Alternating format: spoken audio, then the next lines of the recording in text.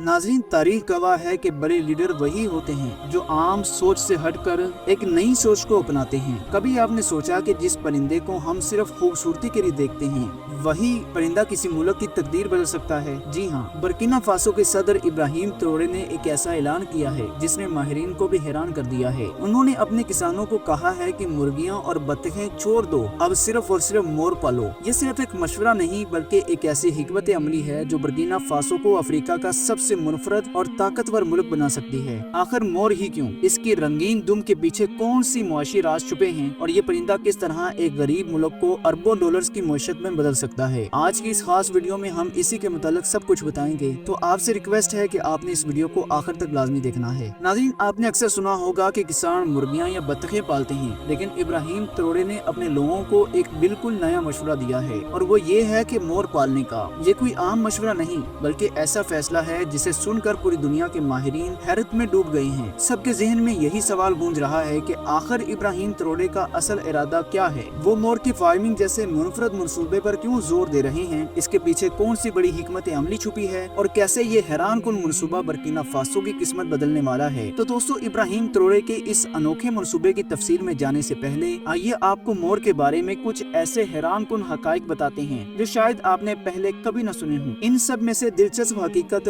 मोर के जिनसी मिलाप के मुताल्लिक है। मोर का जिनसी मिलाप कुदरत का एक दिलचस्प और मुनफरद अमल है। जब नर मादी को अपनी तरफ रागब करने की कोशिश करता है तो अपने पर खोलकर एक खूबसूरत और दिलकश रक्स पेश करता है। इस रक्स के दौरान वो अपने रंगीन परों को फैलाकर मादी को अपनी तरफ मुतवज्जे करता है। यह रंगीन पर न तो सिर्फ नर की खूबसूरती का इजहार है बल्कि मादी के लिए ये एक खूबसूरत इशारा है कि नर सेहतमंद और ताकतवर है और नस्ल की अफजाइश के लिए एक अच्छा इंतखाब हो सकता है। मादी मोर नर की जिस्मानी खुसूसियात, इसके रक्स और उसकी आवाज को देखकर फैसला करती है कि कौन सा नर उसके लिए मुनासिब है। मादी आमतौर पर वो नर मुंतखब करती है जिसके पर सबसे ज्यादा रंगीन और खूबसूरत हों और जो अपना रक्स सबसे बेहतर तरीके से दिखाता हो। इससे मकसद ये होता है कि वो नस्ल की बका के लिए सबसे मजबूत और सेहतमंद नर के साथ मिलाप करे। जब नर मोर मादी को अपनी तरफ मुतवज्जे कर लेता है तो वो अपनी जिनसी अमल की तरफ बढ़ता है। ये अमल बड़ा ही दिलचस्प है। चार्ल्स डार्विन के मुताबिक जब नर मोर अपनी नस्ल की अफजाइश के लिए मादी मोरनी के साथ जिनसी मिलाप कायम करता है तो वो अपना आंसू उसकी आंख में टपका देता है। चार्ल्स का कहना है कि नर मोर का ये अमल सिर्फ जिनसी तस्कीन के लिए नहीं होता बल्कि इसका मकसद नस्ल की बका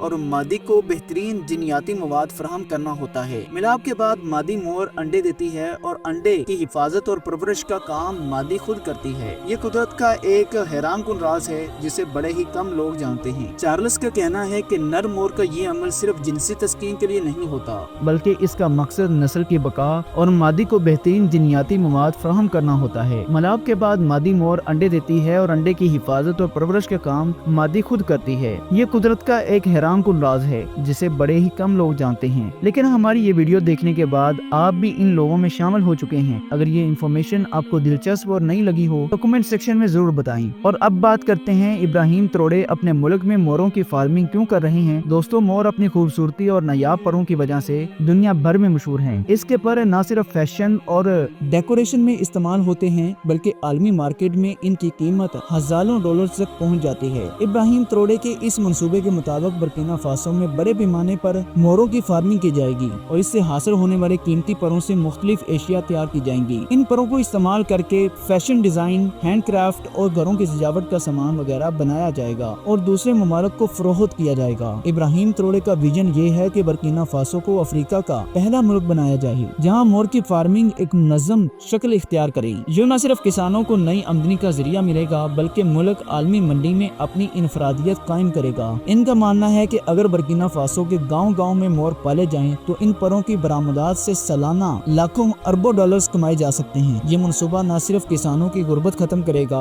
बल्कि नौजवानों को भी रोजगार के नए मौके फराहम करेगा। नाज़रीन, कुछ ममालिक में और यूरोप के बाद शाहाना महफिलों में आज भी मोर के गोश्त को एक अयाशी की अलामत समझा जाता है। कीमत की बात की जाए तो एक मोर का गोश्त हजारों डॉलर तक फरोख्त होता है क्योंकि ये आम मार्केट में दस्तयाब ही नहीं होता और इसकी नायाबी ही इसे महंगा बनाती है। मोर के गोश्त की ये कहानी सदियों पुरानी है। यूरोप के बादशाहों और उमरा की दावतों में ये गोश्त बतौर शाहाना पकवान पेश किया जाता था। मेहमानों के सामने जब खूबसूरत परों के साथ सजा हुआ मोर लाया जाता तो ये सिर्फ खाने के लिए नहीं होता था बल्कि ताकत, रुतबे और दौलत की नुमाइश का एक जरिया होता था। इस اس دور میں جو شخص اپنی دعوت میں مور کا گوشت پیش کرتا تو اسے سب سے زیادہ امیر اور با اثر سمجھا جاتا تھا۔ آج بھی یہی روایت کسی نہ کسی صورت میں قائم ہے۔ مشرق وسطیٰ کے بعض امیر طبقوں کے لوگ خفیہ طور پر مور کا گوشت خریدتے ہیں اور اپنی دعوتوں میں پیش کرتے ہیں، کیونکہ یہ گوشت کھلے عام مارکیٹ میں نہیں ملتا۔ اس لیے جب کسی تقریب میں یہ دسترخوان پر آئے تو مہمان اسے ایک انمول چیز سمجھ کر کھاتے ہیں۔ کہا جاتا ہے کہ اس کا ذائقہ مرغی اور بکرے دونوں سے مختلف اور زیادہ نرم ہوتا ہے، اور مسالوں کے ساتھ پکایا جائے تو اس کی لذت مزید بڑھ جاتی ہے۔ یورپ میں بھی خصوصی شاہی تقریبات میں مور کے گوشت کو پیش کرنے کی روایت دہرائی جاتی ہے۔ وہاں یہ صرف ڈش نہیں بلکہ ایک علامت ہے کہ میزبان کتنا دولت مند اور شاہانہ ذوق رکھنے والا ہے۔ گوشت کھانے والے کے لیے یہ محض کھانا نہیں بلکہ ایک اعزاز بن جاتا ہے کہ اسے ایسی نایاب چیز چکھنے کا موقع ملا ہے۔ یہی وجہ ہے کہ مور کے گوشت کی قیمت ہزاروں ڈالرز تک پہنچ جاتی ہے۔ اس کی نایابی اور مشکل دستیابی نے اسے ایک لگژری ڈش بنا دیا ہے۔ دنیا کے وہ لوگ جو اپنی حیثیت اور طاقت کا اظہار کرنا چاہتے ہیں وہ اپنی محفلوں میں مور کا گوشت ضرور رکھتے ہیں تاکہ مہمانوں پر اپنی دولت کا رعب ڈال سکیں۔ ناظرین، اس کے علاوہ مور کے انڈے بھی دنیا کے کئی حصوں میں خاصی اہمیت رکھتے ہیں۔ جیسے مور کا گوشت نایاب اور مہنگا سمجھا جاتا تھا، ویسے ہی اس کے انڈے بھی عام دسترخوان پر نہیں ملتے۔ کچھ ممالک میں لوگ انہیں بطور خوراک استعمال کرتے ہیں، جبکہ بعض جگہوں طاقت بڑھانے والے غذائی نسخوں میں شامل کیا جاتا ہے، کیونکہ مور کے انڈے عام مرغی یا بطخ کے انڈوں کی طرح روزانہ بڑی تعداد میں دستیاب نہیں ہوتے، اس لیے ان کی قیمت بھی آسمان کو چھو رہی ہوتی ہے۔ ایک انڈا بعض اوقات 100 سے 200 ڈالر تک فروخت ہوتا ہے، اور یہی کمی ان کے قدر کو بڑھا دیتی ہے۔